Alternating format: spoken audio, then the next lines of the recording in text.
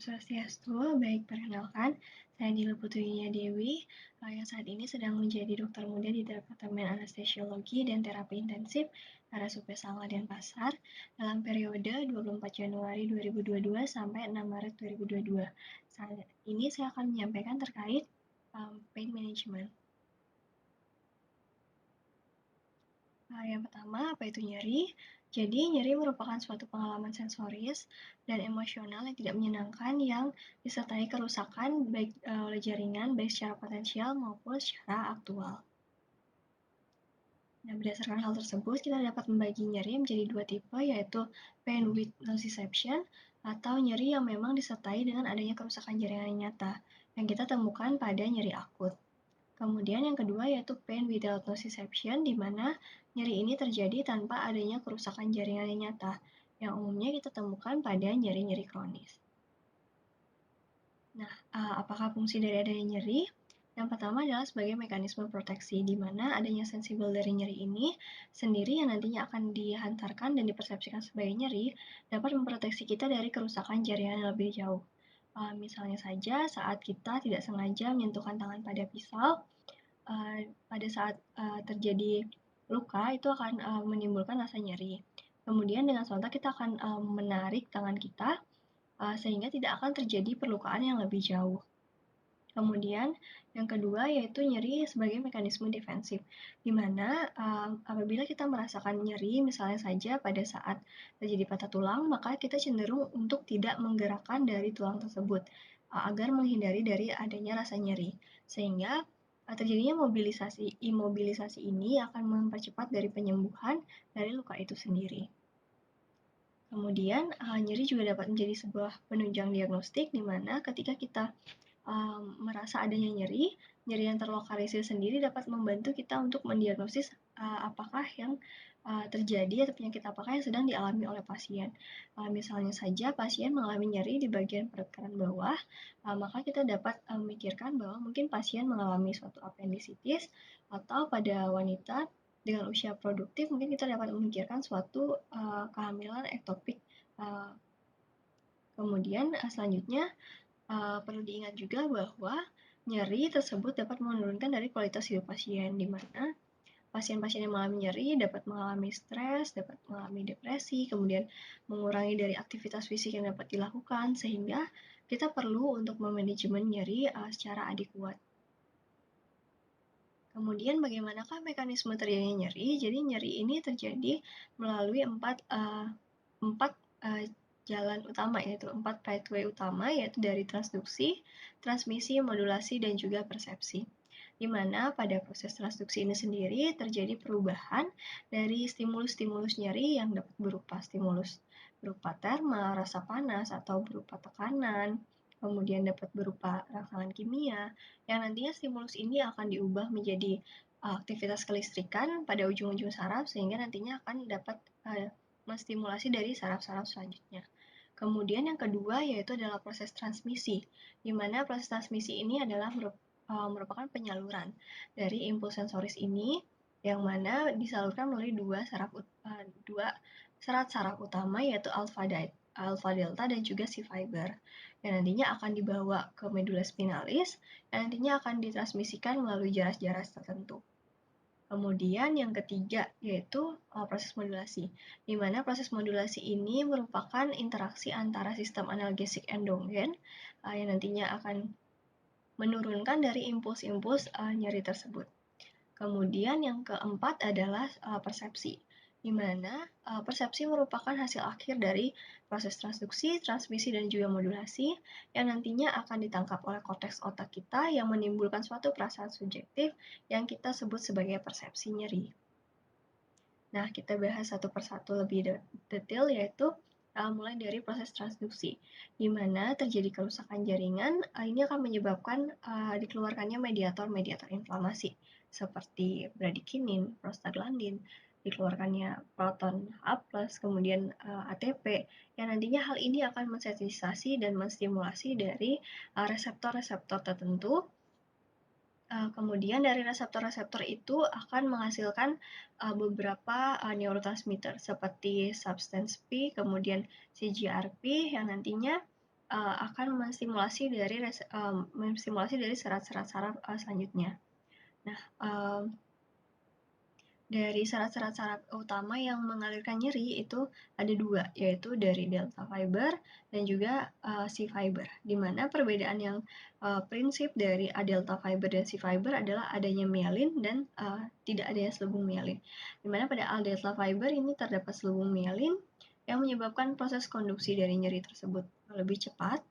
Kemudian dari A delta fiber dapat menangkap nyeri yang nantinya akan dipersepsikan sebagai nyeri tajam, nyeri yang singkat, dan juga terasa menusuk. Sementara dari C fiber, tanpa adanya selubung myelin, tentunya konduksinya akan menjadi lebih lambat. Dan nyeri yang dirasakan nantinya adalah nyeri yang berupa nyeri tumpul, nyeri rasa terbakar, dan juga nyeri-nyeri yang berasa lumayan berkepanjangan. Kemudian dari A delta fiber sendiri, nyerinya dapat terlokalisir dengan baik, sementara dari C fiber, nyerinya akan terasa diffuse atau tersebar.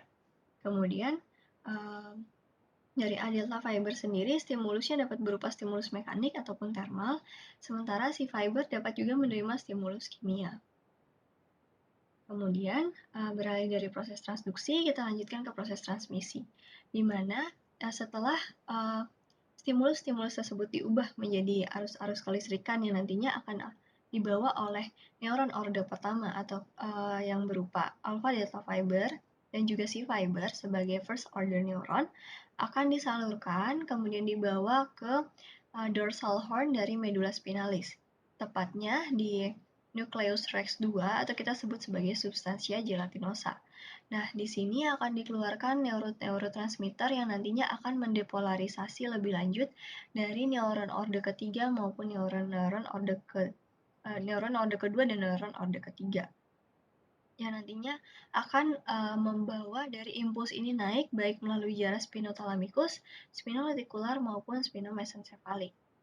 Nah, mari kita lihat terlebih dahulu proses yang terjadi di substansia gelatinosa dari first order neuron di celah sinapsnya, di postsinaps dari first order neuron ini, sinyal-sinyal rangsangan nyeri ini akan menyebabkan masuknya dari kalsium. Nah, masuknya kalsium ini akan menginduksi pelepasan vesikel-vesikel yang mengandung beberapa neurotransmitter seperti glutamate, kemudian substansia P, kemudian CGRP, prostaglandin, dan juga BDNF. Di mana dari neurotransmitter ini sendiri mempunyai reseptor-reseptor khusus. Di postsinapsnya, yang seperti glutamat, dia akan berikatan dengan NMDA reseptor dan juga AMPA reseptor, di mana berikatannya glutamat ini akan membuka dari channel kalsium dan channel natrium. Masuknya natrium dan kalsium ke celah ke postsinaps ini akan menyebabkan terjadinya depolarisasi, sehingga akan terjadi potensial aksi. Kemudian untuk substansia P dan juga BDNF ini akan menstimulasi dari reseptor NK, kemudian dari prostaglandin sendiri akan menstimulasi dari reseptor EP, di mana proses stimulasi ini secara keseluruhan akan menyebabkan influx dari kalsium dan juga natrium yang akan mendepolarisasi dari postsinaps dan akan menyebabkan terjadi potensial aksi sehingga akan menghantarkan rangsangan stimulus nyeri tersebut ke neuron orde kedua dan neuron orde ketiga untuk selanjutnya.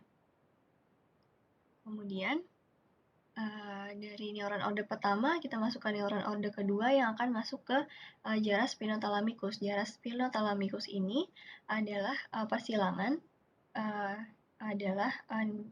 persilangan yang terjadi di fasciculus lateralis, di mana nantinya akan membawa dari spinal ke talamus, di mana di talamus akan terjadi persinapan dan akan dilanjutkan oleh neuron orde ketiga ke daerah korteks. Di korteks akan ditangkap kemudian akan dilanjutkan ke persepsi dari nyeri itu sendiri. Kemudian untuk jaras yang kedua yaitu spinoreticular tract, di mana jaras dari spinal ini akan disalurkan ke reticular system, yang mana akan mengaktifasi dari sistem kesadaran yang kita sebut sebagai ARAS atau activating reticular ascending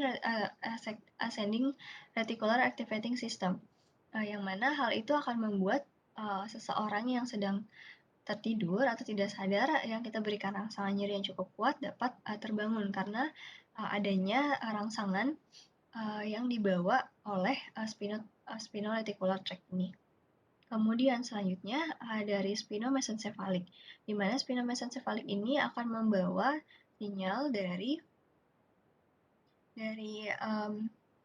medula spinalis, dari spinal menuju ke midbrain atau menuju ke bagian batang otak, di mana dia nantinya akan bersinaps di bagian batang otak ini, kemudian akan menginduksi dari periaqueductal gray matter yang akan berfungsi sebagai modulasi dari nyeri tersebut.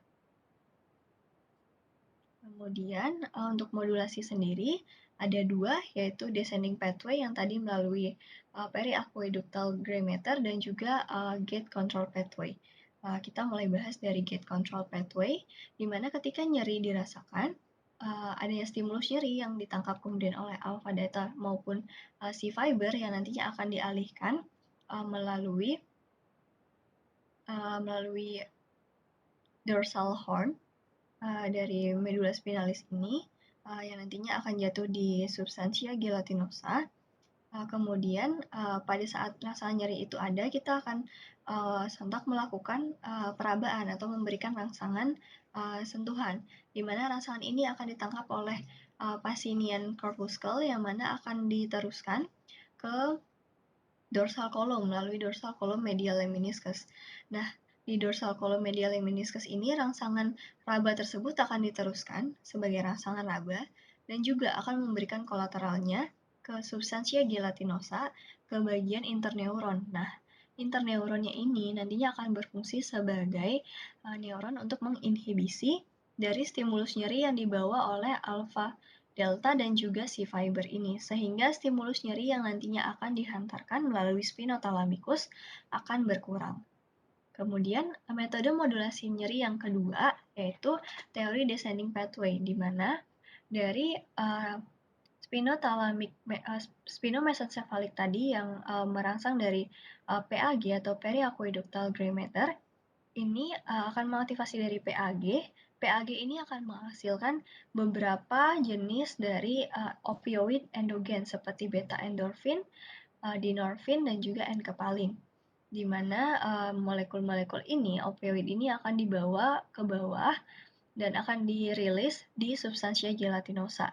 Nah, selain itu dari PAG juga akan mengaktifasi dari nukleus cereus yang nantinya akan menghasilkan norepinefrin dan juga nukleus rapemagnus di medula spinalis, di medula oblongata yang nantinya akan menghasilkan serotonin. Nah, ketiga neurotransmitter ini dari enkepalin, serotonin dan juga norepinefrin akan berfungsi untuk menginhibisi dari stimulus nyeri yang dibawa oleh alpha fiber, alpha delta fiber, dan juga C fiber. Sehingga stimulus nyeri yang dibawa oleh spinothalamic tract juga akan berkurang. Kemudian setelah proses modulasi nyeri dilewati, namun stimulus nyerinya masih cukup tinggi sehingga stimulus nyerinya ini akan diteruskan ke bagian otak baik korteks maupun subkorteks. Bagian subkorteks yang menerima yaitu amigdala, hypothalamus, kemudian periaqueductal gray matter dan juga basal ganglia, dan juga bagian dari cerebral cortex, khususnya dari bagian sensory cortex yaitu postcentral gyrus. Nah, nyeri ini, perasaan-perasaan subjektif ini akan kita persepsikan sebagai nyeri. Kemudian, bagian-bagian subkorteks yang menerima stimulus nyeri ini akan membuat kita mempunyai suatu memori terhadap nyeri tersebut. Kemudian, kita dapat mengetahui juga memperkirakan apakah penyebab nyerinya berdasarkan memori-memori yang telah kita punya. Kemudian ada beberapa kelainan terkait dari persepsi nyeri ini sendiri. Yang pertama adalah hyperalgesia, di mana hiperalgesia ini merupakan suatu kondisi di mana seseorang ketika dirangsang oleh rangsangan nyeri yang harusnya tidak begitu berat, namun hal itu menyebabkan respon nyeri yang berat pada pasien. Misalnya pasien dicubit. Cubit kan tentunya menemukan sedikit rangsangan nyeri, namun pada pasien atau pada seseorang tersebut akan menimbulkan nyeri yang sangat berat. Kemudian gangguan persepsi yang kedua adalah allodynia, di mana allodynia ini sendiri merupakan suatu perasaan di mana suatu rangsangan yang bukan nyeri diberikan, namun pasien mempersepsikannya sebagai nyeri, seperti misalnya pasien hanya disentuh, namun pasien merasa sangat nyeri, padahal pada orang normal yang hanya disentuh tidak akan merasakan nyeri.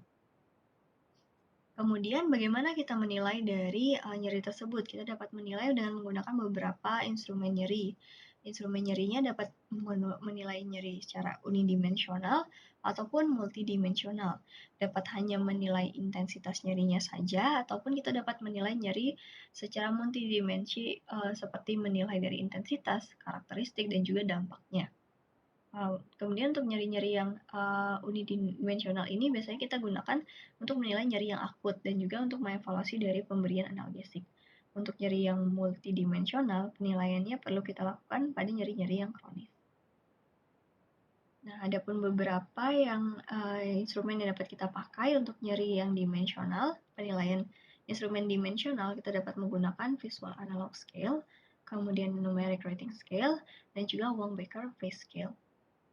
Untuk penilaian secara multidimensional, kita dapat menggunakan McGill Pain Questionnaire ataupun Pain Diary. Nah, yang pertama yaitu dari Visual Analog Scale. Di mana dari Visual Analog Scale ini sendiri, kita dapat menilai dari memberikan pasien sebuah garis, kira-kira 10 cm panjangnya, kemudian minta pasien untuk menandai kira-kira kalau kita tandai di sini bagian yang paling tidak nyeri, kemudian di garis kutub satunya adalah bagian yang paling nyeri. Kita minta pasien menandai kira-kira nyerinya berada di sebelah mana. Kemudian setelah itu kita dapat mengukurnya untuk menumerikannya kira-kira misalnya pasien menandai di sini. Ini 5 cm dari yang tidak nyeri, kira-kira standar nyerinya adalah 5. Nah, untuk kelebihannya sendiri yaitu metode ini sensitif untuk perubahan intensitas nyeri dan juga mudah dimengerti dan cukup mudah untuk dikerjakan. Namun kekurangannya mungkin tidak dapat kita gunakan pada anak-anak yang di bawah usia 8 tahun yang masih belum cukup mengerti atau paham terkait dengan instruksi. Kemudian sulit juga untuk mengevaluasi pada pasien-pasien yang mengalami nyeri hebat dan pasien yang pasca bedah karena hal ini memerlukan koordinasi baik visual, motorik, dan juga konsentrasi yang cukup. Kemudian, metode yang kedua dapat kita gunakan adalah dengan menggunakan instrumen numeric rating scale, di mana kita dapat memberikan skala dari 0 sampai 10 atau kita dapat menanyakan kepada pasien. Misalnya, Bapak, ini perasaan nyerinya seberapa? Kalau misalnya saya gambarkan 0 adalah tidak nyeri dan 10 yang paling nyeri, kira-kira Bapak merasa nyerinya di angka berapa? Kemudian, pasien bisa menjawab atau bisa melingkari pada skala ini nyerinya di angka nomor berapa. Nah, adapun kelebihannya yaitu metode ini sederhana, mudah dimengerti, kemudian baik untuk menilai nyeri akut, dapat digunakan untuk penilaian pada pasien pasca bedah, dan juga hasilnya konsisten. Namun kekurangannya adalah sulit untuk digunakan pada pasien yang gangguan kognitif dan juga gangguan kesadaran.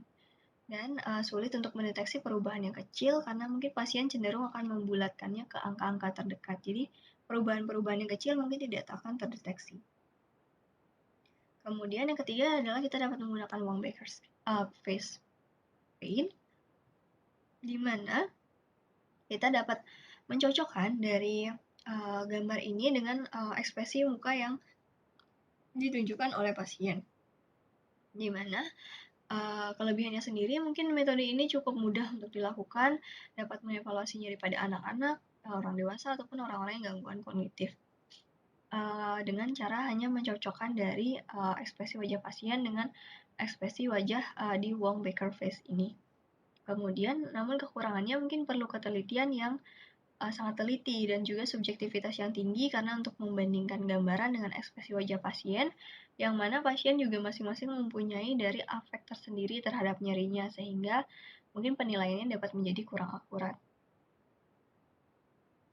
Kemudian kita masuk ke penilaian secara multimodal, di mana yang sering digunakan adalah McGill Pain Questionnaire, di mana dari McGill Pain Questionnaire atau MPQ ini kita menilai dari perasaan nyerinya, kemudian dari durasi nyerinya, dan juga dari intensitas nyerinya. Dari perasaan nyerinya baik dari secara sensoris, rasa nyerinya seperti apa, kemudian secara afektif bagaimana, kemudian secara evaluatif bagaimana, dan juga miscellaneous atau yang lain-lain. Kemudian kita dapat menanyakan dari durasi nyerinya, apakah nyerinya terus-menerus, hilang timbul, atau nyeri yang ritmik. Kemudian dari intensitasnya sendiri, nyerinya apakah ringan sampai yang paling berat. Nah, kelebihannya sendiri dapat mengevaluasi nyeri-nyeri yang kronis dan juga dapat mengevaluasi secara detail dan juga dapat kita dapatkan deskripsi dari nyerinya rasanya seperti apa. Namun kekurangannya, penilaiannya cukup rumit, cukup banyak yang harus dinilai, cukup memakan waktu. Dan pasien pun harus benar-benar memahami terkait pengisian kuesioner ini. Memahami dari kata-kata yang ada di sini, kata-kata sifatnya, pasien harus memahami perasaan yang digambarkan dari kata-kata sifat ini. Kemudian, multimodal lainnya yang dapat kita gunakan adalah menggunakan pen diary, di mana pasien dapat menulis dari tanggal, kemudian berapa skor nyerinya, dan di mana perasaan nyeri yang dialami, di mana dari keunggulannya yaitu yaitu dapat mengevaluasi dari nyeri yang kronik dan bersifat fluktuatif. Kemudian dapat juga mengevaluasi nyeri setiap hari yang dialami pasien, dapat juga mengevaluasi respon dari terapi.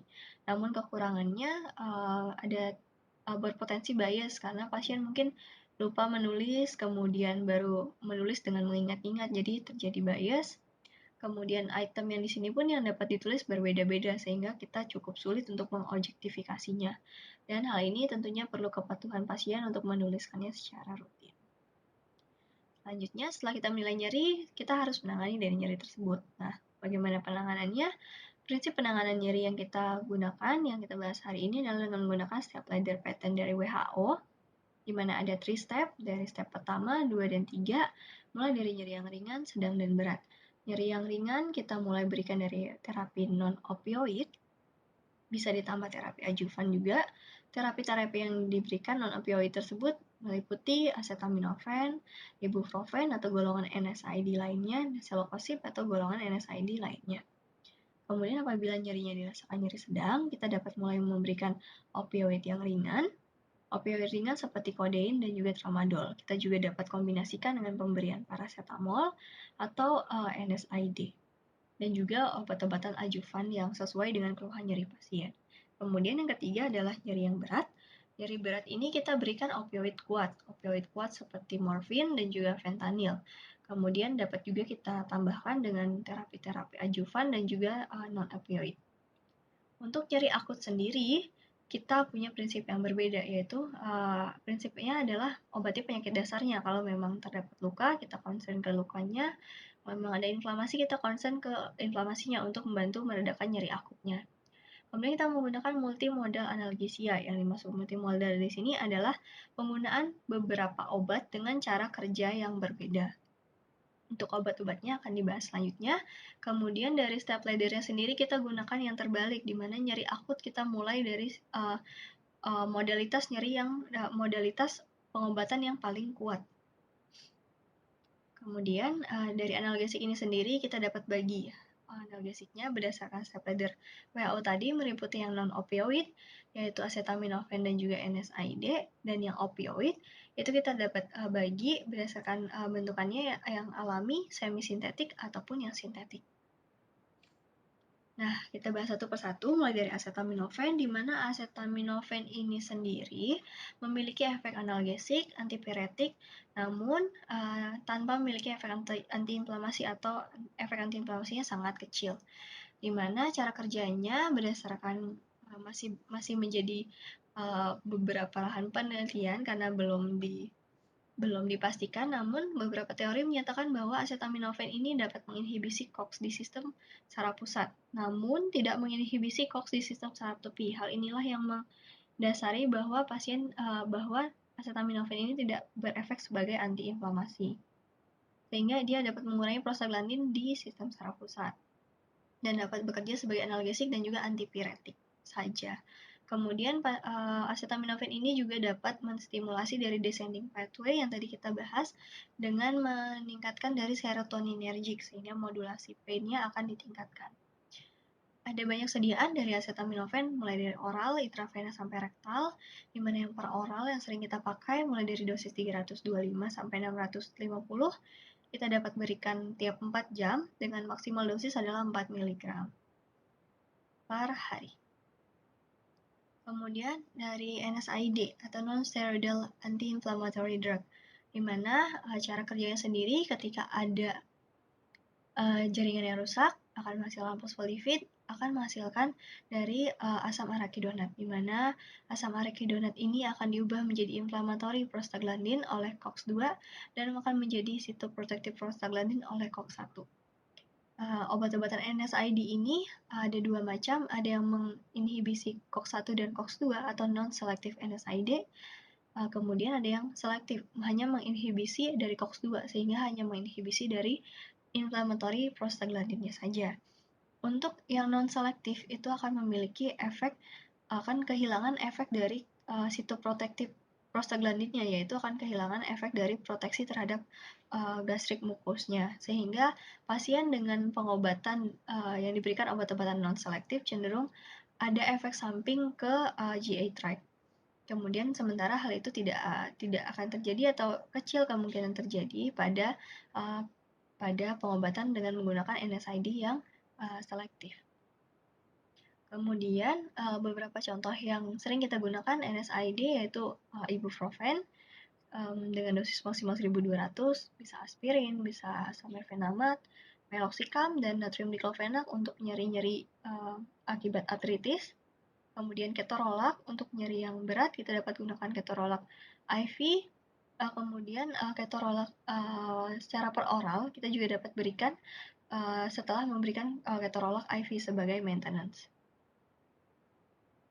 Nah, dasar dari kita pemilihan NSAID yang sesuai adalah berdasarkan per individu pasien itu sendiri. Apabila pasien memang memiliki keluhan kardiovaskular yang cukup berat, maka kita berikan obat-obatan yang memiliki efek kardioprotektif.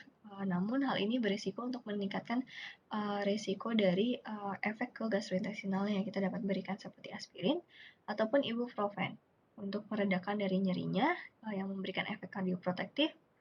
Kemudian untuk pasien yang memang concern pada masalah kardiovaskular, kita dapat berikan obat-obatan COX yang selektif seperti selekosip. Namun hal ini akan memberikan efek kepada sistem kardiovaskularnya sendiri, namun akan melindungi atau sedikit menurunkan atau sedikit efek terhadap gastrointestinalnya. Kemudian obat-obatan yang bersifat semi-selektif seperti meloxicam, diclofenac, ini memiliki afinitas terhadap COX-2 yang lebih besar, namun tetap memiliki afinitas terhadap COX-1. Kita dapat memberikannya kepada pasien, namun tetap perlu diperhatikan bahwa hal ini tetap dapat berefek pada sistem kardiovaskularnya.